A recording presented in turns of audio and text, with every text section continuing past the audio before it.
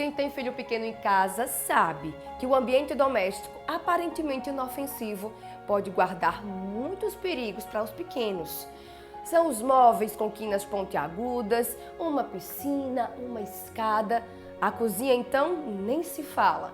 Pois é, então, para te ajudar a deixar a sua casa um pouco mais segura e a saber o que fazer para evitar problemas de segurança doméstica, a gente vai conversar hoje no programa Primeiros Passos sobre esse assunto. Fique com a gente que o programa está começando.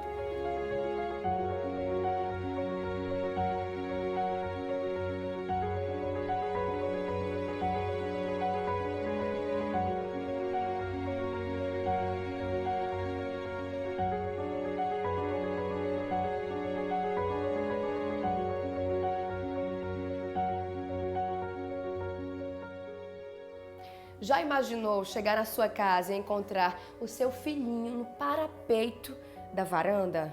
Ou mesmo prestes a descer uma escada altíssima sozinho?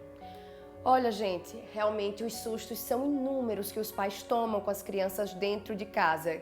A Ângela Duran sabe bem o que é isso. Ela passou por isso com a filhinha dela de apenas 4 anos. Veja aí. Quando ela tinha aproximadamente 1 ano e meio, eu estava esterilizando os pratinhos dela, né, de comida com água quente, e eu coloquei tudo em cima da pia.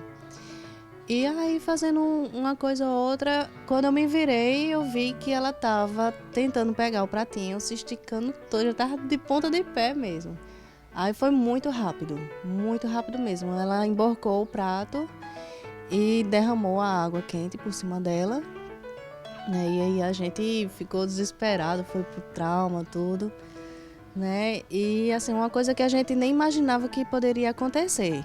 Depois de ver a filha sofrer queimaduras na cozinha de casa, Elaina passou a tomar algumas medidas para prevenir os acidentes domésticos. A gente realmente ficou super atentos com essas coisas, não só de cozinha, né? Mas de tudo mesmo.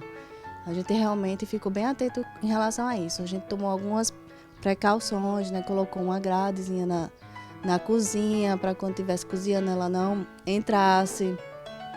Né? A questão dos cabos das panelas, né? Tudo virado para dentro. Realmente alguns cuidados que a gente não tinha em relação à tomada, né? Ficar sempre prestando atenção. O celular quando está carregando, a gente não deixa ela pegar. Então, diversas coisas, né, que a gente realmente despertou. O caso de Letícia entra para as estatísticas da Sociedade Brasileira de Pediatria que revelam mais de 130 mil crianças são internadas por ano, vítimas dos acidentes domésticos. A maioria deles ocorre na cozinha. Dados do Ministério da Saúde apontam que 40% dos acidentes atendidos pelo Sistema Único de Saúde ocorrem em casa. Por isso, é muito importante atentar para algumas dicas. No fogão, por exemplo, é importante sempre que for fazer uso do fogão, nunca deixar o cabo da panela virado para fora, porque a criança ela pode pegar e acaba ocorrendo uma queimadura. O cabo ele sempre tem que estar virado para a parte interna, para a parte de dentro do fogão. É interessante também na cozinha ter muito cuidado com as quinas das mesas, porque a criança pode bater a cabeça e aí ocasionar algum ferimento, algum corte. É interessante também que os palitos de fósforo, os isqueiros estejam sempre longe do alcance da criança, para que ela não tenha acesso, porque isso aqui pode ocasionar uma queimadura. E é um acidente que é muito grave com as crianças também.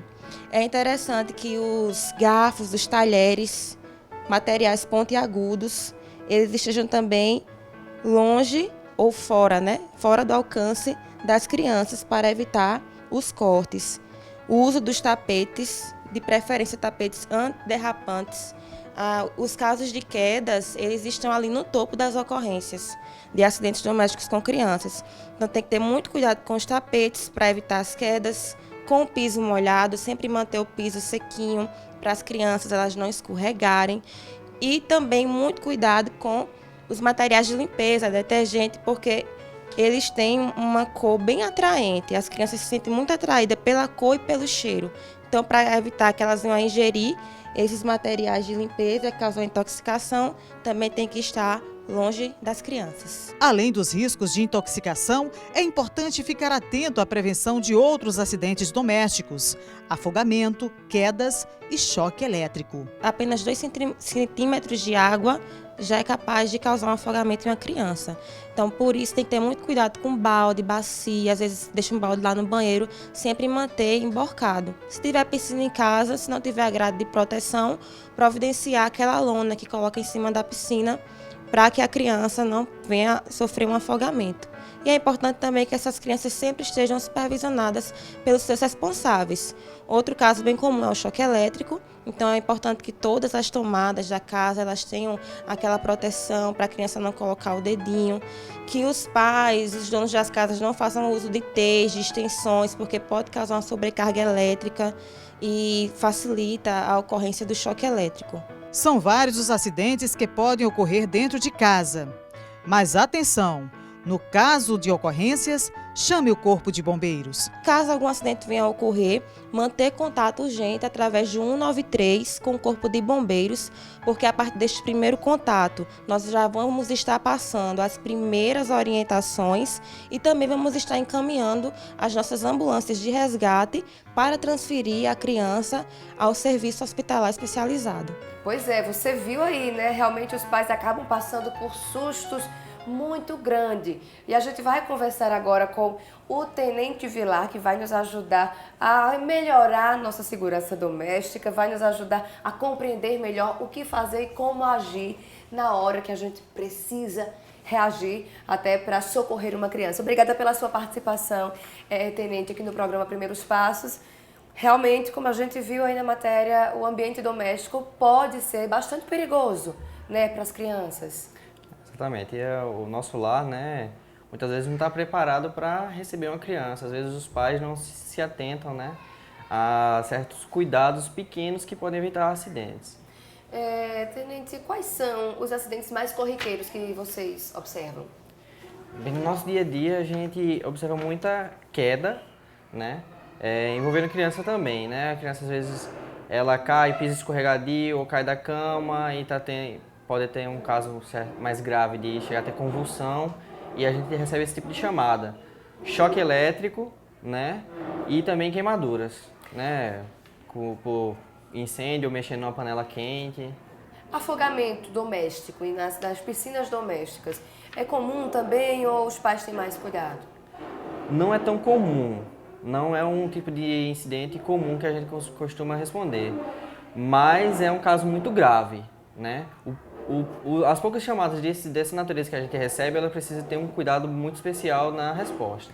Pois é, eu lembro que neste ano, aqui em João Pessoa, há poucos meses, uma criancinha morreu dessa forma, no bairro de Manaíra, justamente indo naturalmente à piscina do prédio que morava, sem saber nadar, acabou se afogando. E aí imagina o peso para essa família, ver que essa situação poderia ter sido evitada de alguma forma. Tenente, quais são os principais cuidados que os pais devem ter com as crianças? Bem, com relação à piscina, né, o ideal é sempre manter ela com aquela proteção. Aquela lona ou rede, quando ela não está sendo utilizada, né. Às vezes 1 minuto de desatenção é suficiente para a criança se perder de vista e acabar sofrendo um acidente. A gente tem que ter muito cuidado com tomadas, fios desencapados pela casa, quinas de objetos, de móveis, né, mesa. Às vezes, se for possível, colocar aquela proteçãozinha numa quina ou verificar nesses equipamentos. Às vezes o material, a TV ou um abajur, tem um fio passando por um lugar que não é ideal e ele está desencapado ali, pode vir a ocorrer o choque elétrico, piso molhado, né, escorregadio também. E, assim, o principal mesmo é a atenção na criança, né? Na criança. Essas pequenas coisas são detalhes, mas que podem fazer a diferença. E por mais que a gente liste, né, esses acidentes mais corriqueiros, existe uma infinidade de acidentes que a gente só vai acabar descobrindo, muitas vezes até quando ocorrer, né? Exatamente. Porque, meu Deus do céu, parece que não acabam as possibilidades. É uma peça pequenininha que a criança acaba colocando na boca, porque está muito naquela fase oral, acaba levando tudo à boca e aquela pecinha provoca uma asfixia, às vezes até uma alimentação, a criança comeu um pedacinho maior do que a capacidade dela pode gerar também um engasgo, que isso pode ser preocupante também. Verdade. Não dá pra gente tirar tudo ao redor da criança e deixar ela dentro de uma bolha, né, para protegê-la. Às vezes um brinquedo que ela tá ali na mão, ele tem uma pecinha que solta e é possível dela colocar na boca, engolir e engasgar, né? Então, realmente, a atenção ao redor da criança eu diria que é o principal, né? E são muitos os tipos de ocorrências diversas, que não são tão comuns, mas a criança via pegar um produto de limpeza e ingerir, né? Sem saber do que se trata ali, porque ficou ao alcance da criança, num lugar acessível e aberto. É importante, então, os pais lembrarem também disso. Nada de remédio ao alcance das crianças. Exatamente. Produtos de limpeza e de higiene também, né? Que a criança acaba vendo aquele produto, às vezes chama atenção até pelas cores. O cheiro, tem um cheiro às vezes Agradável. agradável, interessante, e a cor é colorido, ele quer experimentar, não sabe do que se trata, não sabe que pode vir a ter uma intoxicação, a se envenenar com aquilo, né? E vem a ingerir sem saber o que é. Tenente, o que acontece então? Vamos lá. Aconteceu um problema com uma criança sofreu um acidente. Como é que o Corpo de Bombeiros reage? Primeiro tenta passar alguma instrução ainda por telefone para esses pais, que geralmente são os pais, os principais cuidadores? Com certeza. Todo tipo de ocorrência que nós somos chamados, nós atendemos, nós vamos até o local para dar aquele suporte. Mas a ligação, o telefonema, assim que o atendente ele recebe o telefonema, é um momento crucial, que a partir desse momento pode desenvolver uma ocorrência bem simples ou muito agravada. Ele vai tentar acalmar a pessoa que está no telefone, se ela estiver sendo quem está lidando com a criança, né, tendo que resolver a situação, passar as orientações, deixar a pessoa tranquila, calma e tentar fazer com que o próprio solicitante, que é a pessoa que está ligando para a gente, ele tente resolver o problema ali, antes do Corpo de Bombeiros chegar no local. Porque ele fazendo as medidas necessárias, ele fazendo os procedimentos corretos, ele mesmo pode salvar aquela vida. E às vezes a criança, a vítima, não tem nem tanto tempo de espera. Exatamente. Né? No caso de engasgo, né, alguns minutos já é suficiente para ver um engasgo se transformar numa parada respiratória, parada cardiorrespiratória, e aí quando a gente vai chegar ao local já a criança já está em parada, e para reverter essa situação é muito mais difícil do que simplesmente se a mãe tivesse colocado a criança no colo, feito o procedimento correto e tirado aquele objeto que estava obstruindo as vias. A morte por esses acidentes é comum acontecer?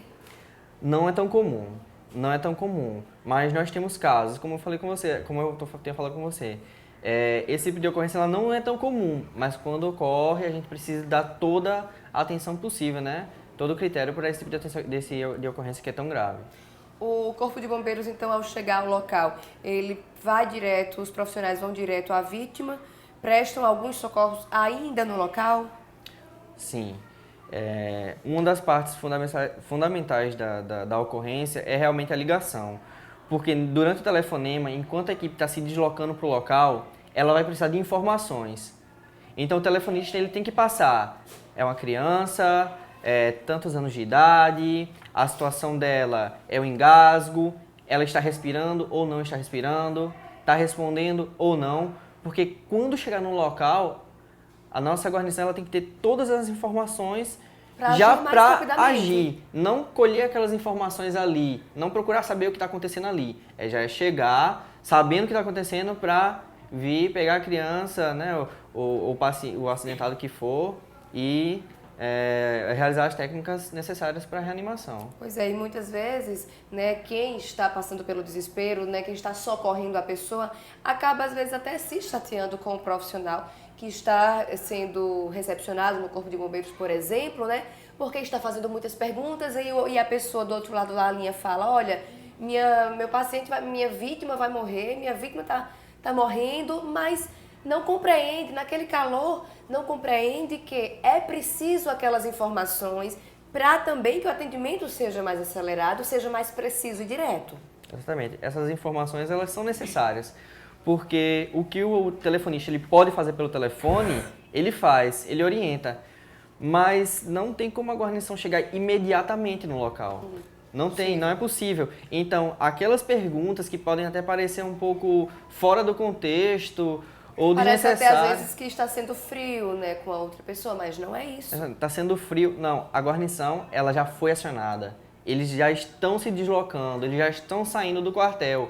Até lá, a gente precisa saber o que é que está acontecendo exatamente. E para isso, o telefonista, ele tenta ser muito tranquilo, calmo, acalmar o solicitante, mas ele precisa tirar as informações dali, da melhor maneira possível. Numa mesma cidade, no caso, né, a corporação que opera em João Pessoa, digamos assim, por exemplo, o carro demora bastante, a equipe demora a chegar até o local? Não, geralmente não. Nosso tempo de resposta é algo que a gente busca sempre otimizar e priorizar. No caso do resgate, que é o que mais responde a esse tipo de ocorrências, né, de emergência, a gente tem viaturas espalhadas em pontos estratégicos da cidade, certo? Geralmente, os pontos de maior ocorrência de acidentes, geralmente acontece mais acidente de trânsito, então elas estão espalhadas. A gente tem viatura ali no Trauma, em Mangabeira, no centro, tem várias viaturas espalhadas, então assim, acionou, precisou, a gente vai acionar uma viatura da área, priorizando o tempo de resposta. Mas às vezes ocorre do trânsito na cidade, que é caótico, muitas vezes o pessoal não abre espaço para a viatura passar, mas nosso tempo de resposta